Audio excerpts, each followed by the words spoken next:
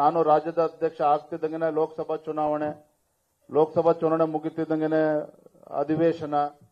ಅಧಿವೇಶನ ಬರ್ತಿದ್ದಂಗೆ ವಾಲ್ಮೀಕಿ ಅಭಿವೃದ್ಧಿ ಸ್ಕ್ಯಾಂಡಲ್ ಇರ್ಬೋದು, ಮತ್ತೊಂದು ಕಡೆ ಮೈಸೂರಿನ ಮೂಡಾ ಸ್ಕ್ಯಾಂಡಲ್, ರಾಜ್ಯದಲ್ಲಿ ಇವತ್ತು ನಿರಂತರವಾಗಿ ನಡೀತಾ ಇರ್ತಕ್ಕಂಥ ಮಹಿಳೆಯರ ಮೇಲೆ ನಡೀತಾ ಇರ್ತಕ್ಕಂಥ ದೌರ್ಜನ್ಯ. ಕುಮಾರಿ ಮಂಜುಳಾ ಅವರು ಅಧ್ಯಕ್ಷರು ಮಾತನಾಡ್ತಾ ಹೇಳಿದ್ರು, ಏನು ಬೇರೆ ಸರ್ಕಾರ ಇದ್ದಾಗ, ಬಿಜೆಪಿ ಸರ್ಕಾರ ಇದ್ದಾಗ ಆಗ್ಲಿಲ್ವಾ ಹಾಗಾದ್ರೆ ದೌರ್ಜನ್ಯಗಳು ಅಂತಕ್ಕಂಥ ಪ್ರಶ್ನೆ ಅದಲ್ಲ. ದೌರ್ಜನ್ಯಗಳು ಆಗ್ಬೇಕಾದ್ರೆ ಮುಖ್ಯಮಂತ್ರಿಗಳು ಮಾಡಿಸ್ತಾರೆ ಅಥವಾ ಉಪಮುಖ್ಯಮಂತ್ರಿಗಳು, ಅದೆಲ್ಲ ಪ್ರಶ್ನೆ. ಆದ್ರೆ ಮಹಿಳೆಯರ ಮೇಲೆ ದೌರ್ಜನ್ಯಗಳು ನಡೆದಂತ ಸಂದರ್ಭದಲ್ಲಿ ರಾಜ್ಯದ ಆಡಳಿತ ಚುಕ್ಕಾಣಿಯನ್ನು ಹಿಡಿದಿರ್ತಕ್ಕಂಥ ಮುಖ್ಯಮಂತ್ರಿಗಳಿರ್ಬೋದು, ಮಂತ್ರಿಗಳಿರ್ಬೋದು, ಅವರ ನಡವಳಿಕೆಗಳು ಹೇಗಿದೆ ಅಂತೇಳಿ, ಒಬ್ಬ ಗೃಹ ಸಚಿವರ ನಡವಳಿಕೆಗಳು ಹೇಗಿದೆ ಅಂತಕ್ಕಂಥದ್ದು, ಆ ಪ್ರಕರಣಗಳು ಕೃತ್ಯಗಳು ನಡೆದಾಗ ರಾಜ್ಯ ಸರ್ಕಾರ ಜವಾಬ್ದಾರಿಯುತವಾಗಿ ನಡೆದುಕೊಳ್ತಾ ಇದೆಯಾ, ಒಂದು ಬೇಜವಾಬ್ದಾರಿಯಿಂದ ನಡೆದುಕೊಳ್ತಾ ಇರ್ತಕ್ಕಂಥ ಕಾಂಗ್ರೆಸ್ ಸರ್ಕಾರ. ರಾಜ್ಯದಲ್ಲಿ ಅಭಿವೃದ್ಧಿ ಅಂತಕ್ಕಂಥದ್ದು ಕುಂಠಿತ ಅಂತ ಹೇಳೋದಕ್ಕೆ ಹೋಗೋದಿಲ್ಲ. ಅಭಿವೃದ್ಧಿ ಶುರುವೇ ಆಗಿಲ್ಲ ಸರ್ಕಾರ ಬಂದ ಮೇಲೆ. ಸಿದ್ದರಾಮಯ್ಯ ಸರ್ಕಾರ, ಕಾಂಗ್ರೆಸ್ ಸರ್ಕಾರ ಬಂದ ಮೇಲೆ ಅಭಿವೃದ್ಧಿ ಕುಂಠಿತ ಅಲ್ಲ, ಅಭಿವೃದ್ಧಿ ಕೆಲಸ ಕಾರ್ಯಗಳಿಗೆ ಚಾಲನೆ ನೀಡಿಲ್ಲ. ನಾನು ಮೊನ್ನೆ ದೆಹಲಿಯಲ್ಲಿ ಪ್ರೆಸ್ ಮೀಟ್ ಮಾಡ್ತಾ ಹೇಳಿದೆ, ಸಿದ್ದರಾಮಯ್ಯ ನೇತೃತ್ವ ಕಾಂಗ್ರೆಸ್ ಸರ್ಕಾರ ಬಂದ ಮೇಲೆ ಒಂದೇ ಒಂದು ಯೋಜನೆಗಳನ್ನು ಕೊಡೋದಕ್ಕೆ ಸಾಧ್ಯ ಆಗಿಲ್ಲ, ಅಭಿವೃದ್ಧಿ ಕೆಲಸಗಳಿಗೆ ಚಾಲನೆ ಕೊಟ್ಟಿಲ್ಲ. ಮಹಿಳೆಯರಿಗೆ ಗೃಹಲಕ್ಷ್ಮಿ ಅಂತ ಹೇಳಿದ್ರು, ಮಾನ್ಯ ಸಚಿವರು, ಮುಖ್ಯಮಂತ್ರಿಗಳು ಏನು ಪ್ರಚಾರ ತೆಗೆದುಕೊಂಡಿದ್ದು. ಇವರ ಗ್ಯಾರಂಟಿಗಳ ಹಣೆಬರ ಏನಿದೆ ಅಂತ ಹೇಳಿದ್ರೆ, ಲೋಕಸಭಾ ಚುನಾವಣೆ ಬಂದಿತ್ತು, ಮತದಾನ ಆಗ್ತಕ್ಕಂಥ 3 ದಿನ ಮುಂಚಿತವಾಗಿ 3 ತಿಂಗಳದ್ದು ಕಂತುಗಳನ್ನು ಬಿಡುಗಡೆ ಮಾಡಿದ್ರು. ಹೌದು ತಾನೆ? ಗೃಹಲಕ್ಷ್ಮಿ ಯೋಜನೆ ಲೋಕಸಭಾ ಚುನಾವಣೆ ಮತದಾನ ಆಗ್ತಕ್ಕಂಥ 3-4 ದಿನ ಮುಂಚಿತವಾಗಿ 3 ತಿಂಗಳದ ಕಂತನ್ನ ಬಿಡುಗಡೆ ಮಾಡಿದ್ರು. ಇವತ್ತೇನಾಯ್ತು? ಇನ್ನು ಮತ್ತೆ ಬಿಡುಗಡೆ ಮಾಡ್ತಾರೆ. ಯಾವಾಗ ಬಿಡುಗಡೆ ಮಾಡ್ತಾರೆ ಅಂದ್ರೆ ಜಿಲ್ಲಾ ಪಂಚಾಯತ್, ತಾಲೂಕ್ ಪಂಚಾಯತ್ ಚುನಾವಣೆ ಬರಬೇಕು, ಅವಾಗ ಬಿಡುಗಡೆ ಮಾಡ್ತಾರೆ. ಮತ್ತೆ ಬೆದರಿಕೆ ಆಗ್ತಕ್ಕಂಥದ್ದು, ಲೋಕಸಭಾ ಚುನಾವಣೆ ನಮಗೆ ಹೆಚ್ಚು ಸ್ಥಾನ ಬರಲಿಲ್ಲ ಅಂದ್ರೆ ಎಲ್ಲ ನಿಲ್ಲಿಸ್ಬಿಡ್ತೀವಿ ಅಂತೇಳಿ. ಮತ್ತೊಂದು ಕಡೆ ಉಚಿತ ಬಸ್ಸು, ನಿಮಗೆ ಎಲ್ಲ ಗ್ರಾಮೀಣ ಭಾಗದಿಂದ ತಾವು ಬಂದಿದ್ದೀರಿ. ನಾನು ಕೂಡ ಶಿಕಾರಿಪುರ ಕ್ಷೇತ್ರದ ಶಾಸಕನಿದ್ದೇನೆ. ನಮ್ಮ ಜಿಲ್ಲಾ ಮಹಿಳಾ ಮೋರ್ಚಾ ಅಧ್ಯಕ್ಷ ಇಲ್ಲೇ ಇದ್ದಾರೆ. ನಮ್ಮ ತಾಲೂಕಲ್ಲೂ ಸಹ ಪಾಪ ಶಾಲೆಗೆ ಹೋಗ್ತಕ್ಕಂಥ ಮಕ್ಕಳು ಇವತ್ತು ಪರದಾಡ್ತಾ ಇದ್ದಾರೆ, ಬಸ್ಗಳು ಸಿಗ್ತಾ ಇಲ್ಲ. 5 ಬಾರಿನ ಸಚಿವರನ್ನು ಭೇಟಿ ಮಾಡಿದ್ರೆ ಇನ್ನೂ ಕೂಡ ಇವತ್ತು ಗ್ರಾಮೀಣ ಭಾಗದಲ್ಲಿ ಇವತ್ತು ಮಕ್ಕಳು ಶಾಲೆಗೆ ಹೋಗಕ್ಕಾಗ್ತಾ ಇಲ್ಲ, ಕಾಲೇಜಿಗೆ ಹೋಗಕ್ಕಾಗ್ತಾ ಇಲ್ಲ, ಪರದಾಡ್ತಾ ಇದ್ದಾರೆ ಇವತ್ತು. ಯಾಕಂದ್ರೆ ಸರ್ಕಾರಿ ಬಸ್ಗಳು ಎಲ್ಲವೂ ಕೂಡ ನಿಂತೋಗಿದೆ. ಈಗ ಮಹಿಳೆಯರಿಗೆ ಮಾತ್ರ ಮೂಗಿಗೆ ತುಪ್ಪ ಹಚ್ಚಿ ಉಚಿತ ಬಸ್ ಅಂತೇಳಿ ಶಾಲಾ ಮಕ್ಕಳಿಗೆ ಒಂದ್ ಕಡೆ ಮತ್ತೊಂದು ಕಡೆ ಅನ್ಯಾಯ ಆಗ್ತಾ ಇರ್ತಕ್ಕಂಥದ್ದು. ಅಂದ್ರೆ ಒಂದು ರೀತಿಯಲ್ಲಿ ಸರ್ಕಾರ ಒಂದು ಬೇಜವಾಬ್ದಾರಿ ಸರ್ಕಾರ ಇವತ್ತು ರಾಜ್ಯದಲ್ಲಿ ಇರ್ತಕ್ಕಂಥದ್ದು, ಬೇಜವಾಬ್ದಾರಿ ಸರ್ಕಾರ ಇರ್ತಕ್ಕಂಥದ್ದು. ರಾಜ್ಯದ ಜನ ಇವತ್ತು ಶಾಪ ಆಗ್ತಾ ಇದ್ದಾರೆ. ಇಂಥ ಜನವಿರೋಧಿ ಸರ್ಕಾರ ರಾಜ್ಯದ ಜನರ ಪಾಲಿಗೆ ಇದ್ರೆಷ್ಟು ಬಿದ್ರೆಷ್ಟು ಅಂತೇಳಿ ಇವತ್ತು ಜನ ಇವತ್ತು ಮಾತನಾಡ್ತಾ ಇದ್ದಾರೆ. ಆ ರೀತಿ ಒಂದು ಪರಿಸ್ಥಿತಿ ಒಂದು ರಾಜ್ಯದಲ್ಲಿ ನಿರ್ಮಾಣ ಆಗಿರ್ತಕ್ಕಂಥದ್ದು. ಹಾಗಾಗಿ ನಾವು ಒಂದು ಕಡೆ ಸದಸ್ಯತ್ವ ಅಭಿಯಾನ ಇರಬಹುದು, ಹೋರಾಟಗಳು, ನಾವು ವಿರೋಧ ಪಕ್ಷದಲ್ಲಿದ್ದಂಥ ಸಂದರ್ಭದಲ್ಲಿ ಹೋರಾಟ ಅನಿವಾರ್ಯ ಆಗ್ತದೆ. ಪಾದಯಾತ್ರೆ ಮಾಡಬೇಕು ಅಂತೇಳಿ ನಾನು ಅನ್ನಿಸಿದಾಗ ಕೆಲವರು ಚರ್ಚೆ ಮಾಡಿದ್ರು ಹಿರಿಯರು, ಚುನಾವಣೆ ಇಲ್ಲಲ್ಲ ಈಗ ಯಾಕೆ ಮಾಡ್ಬೇಕು ಪಾದಯಾತ್ರೆ. ಪ್ರಶ್ನೆ ಅದಲ್ಲ. ಚುನಾವಣೆ ಇದ್ದಾಗ ಮಾತ್ರ ಹೋರಾಟ ಮಾಡಬೇಕು, ವಿಧಾನಸಭಾ ಚುನಾವಣೆ ಇದ್ದಾಗ ಮಾತ್ರ ಹೋರಾಟ ಮಾಡಬೇಕು ಅಂತ ಹೇಳಿದ್ರೆ ಬಹುಶಃ ರಾಜ್ಯದ ಜನರಿಗೆ ನಾವು ಮಾಡ್ತಕ್ಕಂಥ ಅವಮಾನ, ಅನ್ಯಾಯ ಅದು.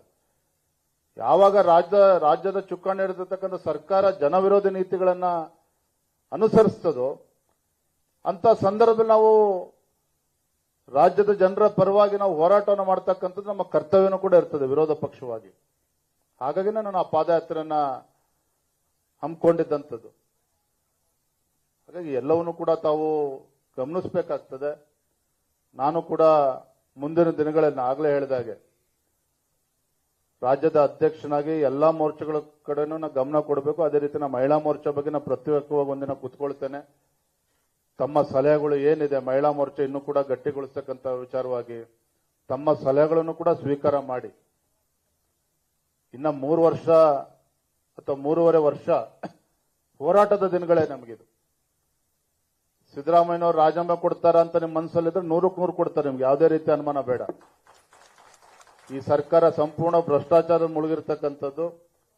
ಅವ್ರು ಮಾಡಿರ್ತಕ್ಕಂಥ ಕರ್ಮಗಳಿಗೆ ಇವತ್ತು ಅನುಭವಿಸಲೇಬೇಕಾಗ್ತದೆ, ರಾಜೀನಾಮೆ ಕೊಟ್ಟೇ ಕೊಡ್ತಾರೆ. ಆದ್ರೆ ಹೋರಾಟ ಅಂತಕ್ಕಂಥದ್ದು ನಿರಂತರವಾಗಿರುತ್ತದೆ. ನಾನು ಕೂಡ ರಾಜ್ಯದ ಅಧ್ಯಕ್ಷನಾಗಿ ಇವತ್ತು ನನ್ನ ಪಕ್ಷದ ವರಿಷ್ಠರು ಮುಂದಿನ ದಿನಗಳಲ್ಲಿ ಭಾರತೀಯ ಜನತಾ ಪಾರ್ಟಿ ಸ್ಪಷ್ಟ ಬಹುಮತದೊಂದಿಗೆ ಅಧಿಕಾರಕ್ಕೆ ತರಬೇಕು ಅಂತಕ್ಕಂಥ ಒಂದು ಗುರಿಯನ್ನ ಕೊಟ್ಟಿರ್ತಕ್ಕಂಥದ್ದು. ಹಾಗಾಗಿ ಆ ಗುರಿಯನ್ನ ತಲುಪಬೇಕು ಅಂತ ಹೇಳಿದ್ರೆ ತಮ್ಮ ಪಾತ್ರವು ಕೂಡ ಬಹಳ ಪ್ರಮುಖವಾಗಿರ್ತಕ್ಕಂಥದ್ದು. ಒಂದು ಸಣ್ಣ ಘಟನೆಯನ್ನ ಹೇಳಿ ನನ್ನ ಮಾತಿಗೆ ವಿರಾಮಗಳನ್ನು ಹೇಳ್ತೇನೆ. 1936 ವಿಶ್ವ ಒಲಿಂಪಿಕ್ಸ್ ಜರ್ಮನಿನಲ್ಲಿ ನಡೀತಾ ಇರ್ತದೆ. 1936ರಲ್ಲಿ ಜರ್ಮನಿನಲ್ಲಿ ವಿಶ್ವ ಒಲಿಂಪಿಕ್ಸ್ ನಡೀತಾ ಇರ್ತದೆ. ಹಾಕಿ ಒಂದ್ ಕಡೆ ಜರ್ಮನಿ ಸೆಮಿಫೈನಲ್ಸ್ ಗೆಲ್ತದೆ, ಕ್ವಾರ್ಟರ್ ಫೈನಲ್ಸ್ ಗೆದ್ದು ಸೆಮಿಫೈನಲ್ಸ್ ಗೆದ್ದು ಫೈನಲ್ಸ್ಗೆ ಬರ್ತದೆ.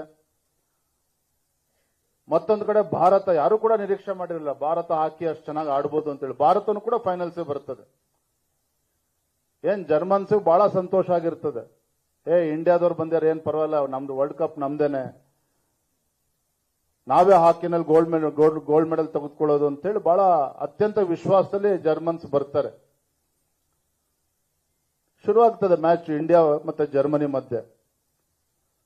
ಮ್ಯಾಚ್ ಪ್ರಾರಂಭ ಆಗ್ತಿದ್ದಂಗೆನೆ ಭಾರತದ 1 ಗೋಲ್ ಆಗ್ತದೆ, 2 ಗೋಲ್ ಆಗ್ತದೆ, 3 ಗೋಲ್ ಆಗ್ತದೆ. ಹಾಫ್ ಟೈಮ್ ಅಷ್ಟೊತ್ತಿಗೆ ಭಾರತ 5 ಗೋಲ್ಗಳನ್ನ ಹೊಡಿತಾರೆ. ಯಾರು ಅವತ್ತು? ಮೇಜರ್ ಧ್ಯಾನ್ ಚಂದ್.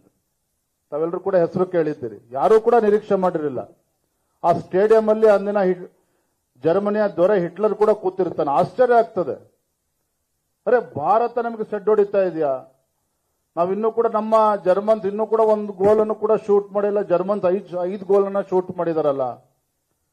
ಹಿಟ್ಲರ್ಗೆ ಸಿಟ್ಟು ಬರ್ತದೆ, ಅವಮಾನ ಆಗ್ತದೆ. ತಕ್ಷಣ ಮ್ಯಾಚ್ ಅನ್ನು ನಿಲ್ಲಿಸ್ತಾನೆ. ಆ ಧ್ಯಾನ್ ಚಂದನ್ನ ಕರೆದು ಅವನ ಕೈಲಿದ್ದಂತ ಬ್ಯಾಟ್ ಅನ್ನ ಕಸ್ಕೊಂಡು ಬ್ಯಾಟ್ ಅನ್ನು ತುಂಡು ಮಾಡ್ತಾರೆ. ಈ ಬ್ಯಾಟ್ ನಲ್ಲಿ ಏನಾದ್ರೂ ಅಯಸ್ಕಾಂತ ಇದೆಯಾ? ಯಾಕಂದ್ರೆ ಬೇರೆ ಯಾರು ಗೋಲ್ ಹೊಡಿತಾ ಇಲ್ಲ, ಇವನು ಒಬ್ನೇ ಹೊಡಿತಾನೆ ಧ್ಯಾನ್ ಚಂದ್.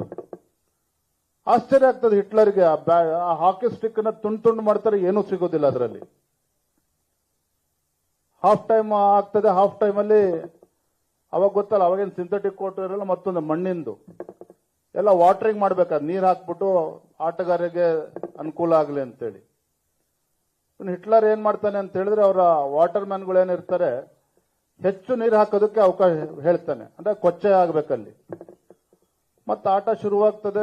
ಎಲ್ಲ ಗೇಮ್ ಶುರು ಆದ್ಮೇಲೆ ಪಾಪ ಧ್ಯಾನ್ ಚಂದ್ ಓಡೋದಕ್ಕೆ ಆಗ್ತಾರೆ, ಯಾಕಂದ್ರೆ ಆ ಶೂ ಕೆಸರಲ್ಲಿ ಸಿಗಾಕೊಳ್ತಾ ಇರ್ತದೆ. ಜರ್ಮನ್ರು ಮುಂದೆ ನುಗ್ತಾ ಇರ್ತಾರೆ. ತಕ್ಷಣ ಧ್ಯಾನ್ ಚಂದ್ ತಲೆ ಉಪಯೋಗಿಸಿ, ಬುದ್ಧಿ ಉಪಯೋಗಿಸಿ ಅವನ್ ಕಾಲಲ್ಲಿ ಹಾಕೊಂಡಂತ ಶೂ ಅನ್ನ ಕಿತ್ತು ಬಿಸಾಕಿ ಬರಿಗಾಲಲ್ಲಿ ಓಡಕ್ ಶುರು ಮಾಡ್ತಾನೆ. ಇನ್ನೇನು ಗೇಮ್ ಆಟ ಮುಗಿಬೇಕು. ಭಾರತ 16 ಪಾಯಿಂಟ್ ತೆಗೆದುಕೊಂಡಿದೆ, ಜರ್ಮನ್ 1 ಗೋಲ್ ಹೊಡೆದ್ರದ್ದು 2 ಪಾಯಿಂಟ್ ಸಿಕ್ಕಿರ್ತದೆ. ಆಶ್ಚರ್ಯ ಆಗ್ತದೆ ಹಿಟ್ಲರಿಗೆ, ಅರೆ ಭಾರತ ನಮ್ಮನ್ನು ಸೋಲ್ಸ್ಬಿಡ್ತಲ್ಲ, ಅವಮಾನ ಆಗ್ಬಿಡ್ತಲ್ಲ ನಮಗೆ ವಿಶ್ವ ಒಲಿಂಪಿಕ್ಸ್ ಅಲ್ಲಿ ಅಂತ ಹೇಳಿ ಅವತ್ತೇ ಸಂಜೆ ರಾತ್ರಿ ಹಿಟ್ಲರ್ ಆದೇಶ ಮಾಡ್ತಾನೆ, ಆ ಇಂಡಿಯನ್ ಪ್ಲೇಯರ್ ಯಾರಿದ್ದಾನೆ ಅವ್ರನ್ನ ಕರೆಸಿ ಅಂತ ಹೇಳ್ತಾನೆ.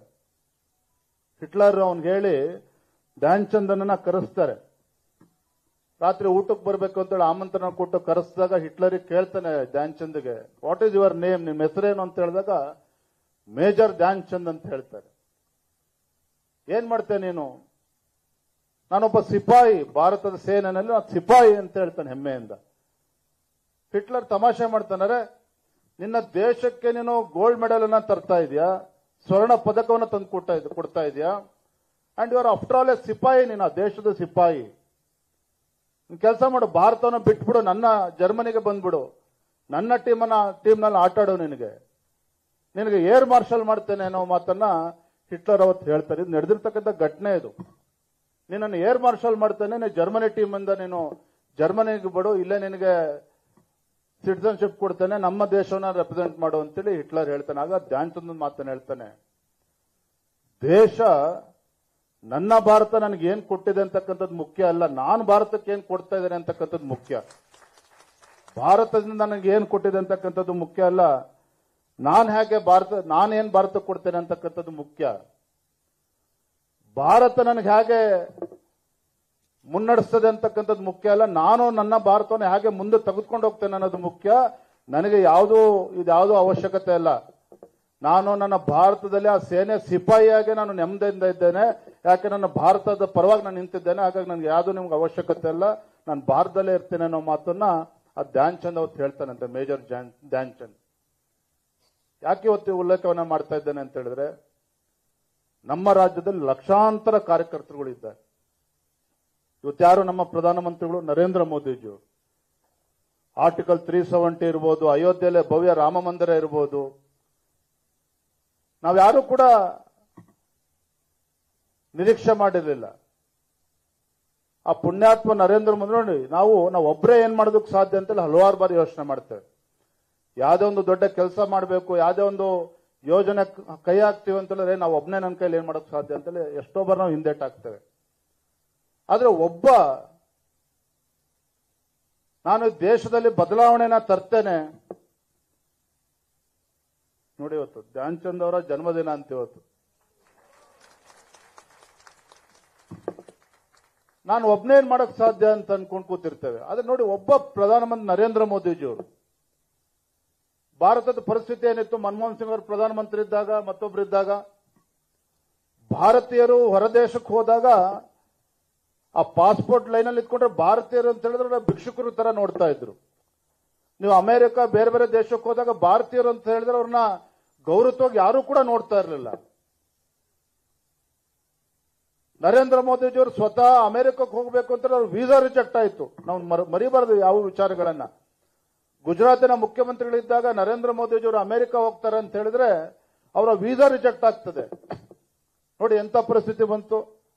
ಯಾವ ಅಮೆರಿಕ ನಮ್ಮ ನರೇಂದ್ರ ಮೋದಿಜಿಯವರು ಅಂದಿನ ಗುಜರಾತಿನ ಮುಖ್ಯಮಂತ್ರಿಗಳ ವೀಸಾವನ್ನ ರಿಜೆಕ್ಟ್ ಮಾಡ್ತು, ಅದೇ ಅಮೆರಿಕದ ಅಧ್ಯಕ್ಷರು ನನ್ನ ದೇಶದ ಹೆಮ್ಮೆಯ ಪ್ರಧಾನಮಂತ್ರಿ ನರೇಂದ್ರ ಮೋದಿಜಿಯವರಿಗೆ ಇವತ್ತು ರೆಡ್ ಕಾರ್ಪೆಟ್ ವೆಲ್ಕಮ್ ಇವತ್ತು ಮೋದಿಯವರು ಬರ್ತಾರೆ ಅಂತ ಹೇಳಿದ್ರೆ, ಇದು ಬದಲಾವಣೆ ಪುಕ್ಷಟ ಭಾಷಣ ಮಾಡೋದ್ರಾಗಕ್ಕೆ ಸಾಧ್ಯನಾಗಾದ್ರೆ? ಕೇವಲ ಭಾಷಣಗಳನ್ನ ಮಾಡಿಕೊಂಡು ದೇಶವನ್ನು ಅಭಿವೃದ್ಧಿ ಮಾಡೋದಕ್ಕೆ ಸಾಧ್ಯ ಆಗ್ತದ? ಅಥವಾ ದೇಶದ ಯಾವುದೇ ಒಬ್ಬ ರಾಜಕಾರಣಿ ಭಾರತವನ್ನ ಇವತ್ತು ಜಗತ್ತಿನ ಅಗ್ರಗಣ್ಯ ರಾಷ್ಟ್ರಗಳ ಸಾಲಿನಲ್ಲಿ ತೆಗೆದುಕೊಂಡು ಹೋಗಬೇಕು ಅನ್ನುವ ಚಿಂತನೆ ಯಾರು ಮಾಡಿದ್ರ? ಅಥವಾ ಭಾರತವನ್ನ ಇವತ್ತು ಮೂರನೇ ದೊಡ್ಡ ಆರ್ಥಿಕ ಶಕ್ತಿಯಾಗಿ ಆಗ್ತಾ ಇದೆ ಅಂತ ಹೇಳಿದ್ರೆ ಯಾರು ಕೂಡ ಅದನ್ನು ಕಲ್ಪನೆ ಮಾಡ್ಕೊಳ್ಳೋದಕ್ಕೆ ಸಾಧ್ಯ ಇಲ್ಲ. ಅಂದ್ರೆ ನಮ್ಮ ಪ್ರಧಾನಮಂತ್ರಿ ನರೇಂದ್ರ ಮೋದಿಜಿಯವರು ಈ ದೇಶದಲ್ಲಿರ್ತಕ್ಕಂಥ ಪ್ರತಿಯೊಂದು ವರ್ಗದ ಜನರನ್ನ, ಏನು ಮೋದಿಜಿಯವರು ಹೇಳ್ತಾರೆ ಸಬ್ಕಾ ಸಾಥ್ ಸಬ್ಕಾ ವಿಕಾಸ್ ಸಬ್ಕಾ ವಿಶ್ವಾಸ್ಗೆ ಸಾಥ್ ಅಂತಕ್ಕಂಥದ್ದು, ಇದು ಕೇವಲ ಒಂದು ಪದಗಳ ಒಂದು ಸರಮಾಲೆ ಅಷ್ಟೇ ಅಲ್ಲ. ನರೇಂದ್ರ ಮೋದಿಜಿಯವರು ಈ ದೇಶದ ಪ್ರಧಾನಮಂತ್ರಿಯಾಗಿ ಯಾವುದನ್ನ ಈ ದೇಶದಲ್ಲಿ ಇಂಪ್ಲಿಮೆಂಟ್ ಮಾಡ್ತಾ ಇದ್ದಾರೆ, ಈ ದೇಶದಲ್ಲಿರ್ತಕ್ಕಂಥ ಕಟ್ಟಕಡೆಯ ವ್ಯಕ್ತಿಗೂ ಸಹ ಸವಲತ್ತುಗಳು ತಲುಪಬೇಕು. ಅರೆ ಅಂತ ಒಬ್ಬ ಪುಣ್ಯಾತ್ಮ ಇವತ್ತು ದೇಶದ ಪ್ರಧಾನಮಂತ್ರಿ ಆಗಿದ್ದಾರೆ ಅಂತ ಹೇಳಿದ್ರೆ ಇವತ್ತು ನನಗೆ ಏನ್ ಸಿಕ್ಕಿದೆ ಅಂತಕ್ಕಂಥದ್ದು ಮುಖ್ಯ ಅಲ್ಲ. ನಾನಿವತ್ತು ಭಾರತೀಯ ಜನತಾ ಪಾರ್ಟಿಯ ಕಾರ್ಯಕರ್ತರು ಆಗಿದ್ದಾರೆ ಅಂತಕ್ಕಂಥದ್ದು ನಮ್ಮ ಹೆಮ್ಮೆ.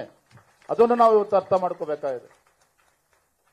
ಇನ್ನ ಉಳಿದಿದ್ನ ಹೇಳೋದಕ್ಕೂ ಅಲ್ಲ. ಇವತ್ತು ಯಾರು ಇವತ್ತು ನಮ್ಮ ದೇಶದ ರಾಷ್ಟ್ರಪತಿಗಳು, ಹಣಕಾಸು ಸಚಿವರು ಇನ್ 33% ಬಂದು ನಿಮ್ನೆಲ್ಲ ಮಾತಾಡ್ಸಕ್ಕಾಗತ್ತಾ? ನಾವು ಸಾಧ್ಯನೇ ಇಲ್ಲ. ನಾವು ಅಲ್ಲಿ ಕೂತಿರ್ತೀವಿ, ನೀವು ಇಲ್ಲಿ ಕೂತಿರ್ತೀರಿ. ತಾತ್ಕಾಲಿಕವಾಗಿ ನಾವು ಮೇಲಿದ್ದೀವಿ ಅಷ್ಟೇನೆ. ಹಾಗೆ ಖಂಡಿತ ತಾವೆಲ್ಲರೂ ಕೂಡ ವಿಶ್ವಾಸದಲ್ಲಿರಿ. ನಾನಂತೂ ಇವತ್ತು ನನಗೆ ರಕ್ಷಾಬಂಧನ ಇವತ್ತು ರಕ್ಷೆಯನ್ನು ಕೂಡ ಕೊಟ್ಟಿದ್ದೀರಿ.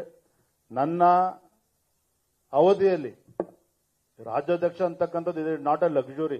ನಾನು ಕೂಡ ಎಲ್ಲವನ್ನು ಕೂಡ ಬಿಟ್ಟು, ನನ್ನ ಮಕ್ಕಳು ತಮಾಷೆ ಮಾಡ್ತಾ ಇದ್ರು, ಪಾಪ ನೀವ್ ಯಾಕೆ ರಾಜಕಾರಣಕ್ಕೆ ಹೋಗಲ್ಲ ಅಂತ ಹೇಳಿ. ವಿಧಾನಸೌಧ ಮುಂದೆ ಕಾರಲ್ಲಿ ಹೋಗ್ತಾ ಇದ್ರೆ ನೀವ್ ಯಾವಾಗ ಹೋಗ್ತೀಯ ಪಪ್ಪ ಅಂತ ಕೇಳ್ತಾ ಇದ್ರು. ನನಗೆ ರಾಜಕಾರಣ ಬೇಡ ಅಂತ ಹೇಳ್ತಾ ಇದ್ದೆ. ಆದ್ರೆ ಅನಿರೀಕ್ಷಿತವಾಗಿ ಬಂದಂತ ಸಂದರ್ಭದಲ್ಲಿ ಇವತ್ತೆಲ್ಲ ಪಕ್ಷದ ಹಿರಿಯರು ನನಗೆ ರಾಜ್ಯದ ಅಧ್ಯಕ್ಷ ಸ್ಥಾನ ಕೊಟ್ಟಿದ್ದಾರೆ ಅಂತ ಹೇಳಿದ್ರೆ ಇದು ಒಂದು ಜವಾಬ್ದಾರಿ.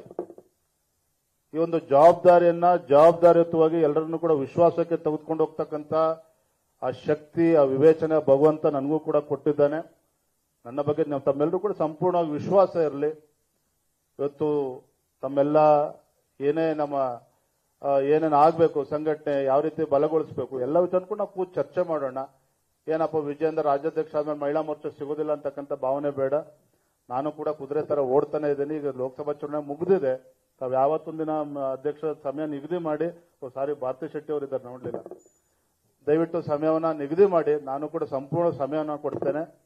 ಇವತ್ತು ಮಹಿಳಾ ಮೋರ್ಚಾ ಬಲಪಡಿಸ್ತಕ್ಕಂಥ ನಿಟ್ಟಿನಲ್ಲಿ, ಯಾಕಂತ ಹೇಳಿದ್ರೆ ಹಿರಿಯರು ಒಂದು ಮಾತನ್ನ ಹೇಳ್ತಾರೆ, ಅನೇಕ ಕಾರ್ಯಕ್ರಮಗಳು ಹೇಳ್ತಾ ಇರ್ತಾನೆ, ಎತ್ರ ನಾರ್ಯಸ್ತು ಪೂಜ್ಯಂತೆ ರಮಂತೆ ತತ್ರ ದೇವತಃ ಅಂತೇಳಿ. ಯಾವ ಭೂಮಿಯ ಮೇಲೆ ಆ ತಾಯಿಯನ್ನ ಗೌರವದಿಂದ ಕಾಣ್ತಾರೋ ಆ ಭೂಮಿಯ ಮೇಲೆ ದೇವಾದಿ ದೇವತೆಗಳು ಸಂತೋಷ ನಮ್ಮನ್ನ ಹರಿಸ್ತಾರೆ ಅಂತೇಳಿ.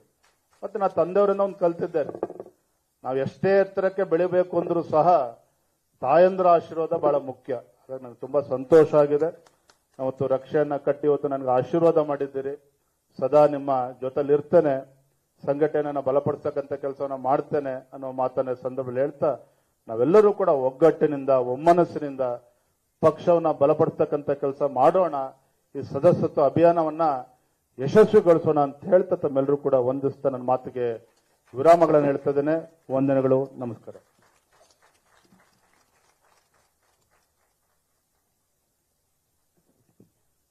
ಉದ್ಘಾಟನಾ ಭಾಷಣವನ್ನು ನೆರವೇರಿಸಿದಂತ ಶ್ರೀ ಡಿ.ವೈ. ವಿಜಯೇಂದ್ರ ಅವರಿಗೆ ಧನ್ಯವಾದಗಳನ್ನು ಸಮರ್ಪಿಸುತ್ತಾ, ನಮ್ಮ ಕಾರ್ಯಕ್ರಮಕ್ಕೆ ಆಗಮಿಸಿರುವಂತ ವಿಧಾನ ಪರಿಷತ್ ಸದಸ್ಯರಾದ ಶ್ರೀಮತಿ ಭಾರತಿ ಶೆಟ್ಟಿ ಅಕ್ಕನವರಿಗೆ ಆತ್ಮೀಯವಾದ ಸ್ವಾಗತವನ್ನು ಕೋರುತ್ತೇನೆ.